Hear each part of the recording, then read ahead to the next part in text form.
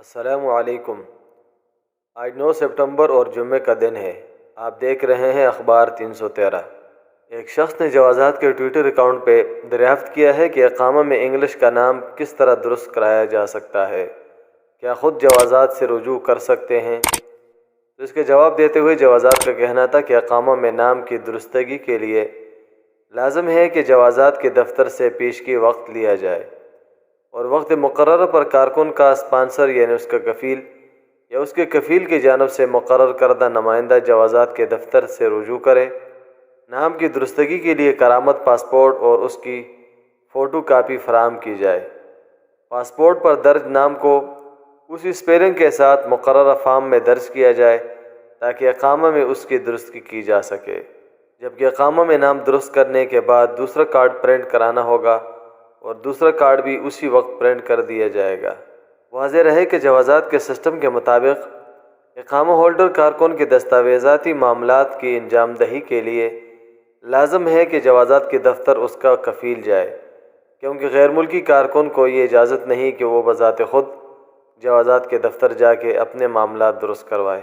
اسی طرح ایک اور شخص نے دریافت کیا تھا کہ کارکن کے پاسپورٹ کی ایکسپائری کا 1 مہینہ رہتا ہے تو کیا وہ اقامہ کی تجدید کروا سکتا ہے؟ تو اس کے جواب میں جوازات نے کہا ہے کہ اقامے کا پاسپورٹ کے مہینے یا اس کی میعاد سے کوئی تعلق نہیں، بس پاسپورٹ ویلڈ ہو چاہے وہ کتنے ہی دن کے لیے کیوں نہ ہو تو اقامہ تجدید ہو جائے گا۔ مملکت میں جہاں پر انسان کی جان اس کی عزت کا لحاظ رکھا جاتا ہے، وہاں پر سرکاری طور پہ اس کی صحت کا بھی بڑا خیال رکھا جاتا ہے۔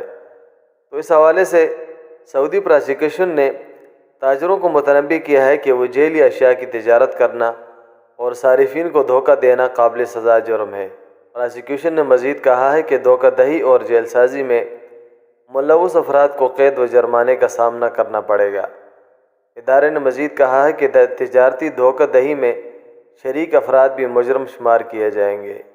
واضح رہے کہ ناجائز منافع خور افراد جیلی اشیاء کو اصلی برانڈ کے ساتھ فروخت کرنے کی کوشش کرتے ہیں، جس کی وجہ سے صارفین چاہے وہ سعودی شہری ہو یا غیر ملکی مقیم ہو، ان کے مالی خسارہ کے ساتھ ساتھ جانی اور صحت کا بھی خطرہ ہوتا ہے، جس کی وجہ سے مملکت نے مزید اس میں سختی کی ہے۔ شہزادہ محمد بن سلمان کے پروجیکٹ برائے تجدید تاریخی مساجد کے دوسرے مرحلے میں الباحہ اور نجران ریجنوں کی 2 تاریخی مساجد شامل ہیں۔ ان میں ایک مسجد بلجرشی کمشنری کے مرکز میں واقع مسجد الصفا ہے، جس کی تعمیر نو کی جائے گی اور تزئین آرائش کے بعد سیاحوں کے لیے کھول دیا جائے گا۔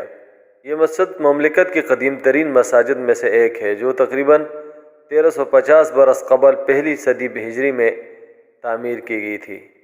ایک روایت کے مطابق صحابی رسول سفیان بن عوف الغامدی رضی اللہ تعالیٰ عنہ نے الصفا مسجد سب سے پہلے تعمیر کرائی تھی، اور تاریخی حوالے سے اس کو یہ مقام بھی حاصل ہے کہ یہاں پر ارد گرد کے لوگ آ کے اپنے مسائل حل کرنے کے لیے یہاں پر جمع ہوتے تھے اور یہاں پر قاضی ان کے فیصلے سنایا کرتے تھے۔ جبکہ دوسری مسجد نجران ریجن میں ہے۔ یہ مسجد الزبیر بن عوان کے نام سے جانی جاتی ہے۔ یہ نجران شہر کے مغرب میں واقع ہے۔ علاقے کی قدیم ترین مساجد میں سے ایک ہے۔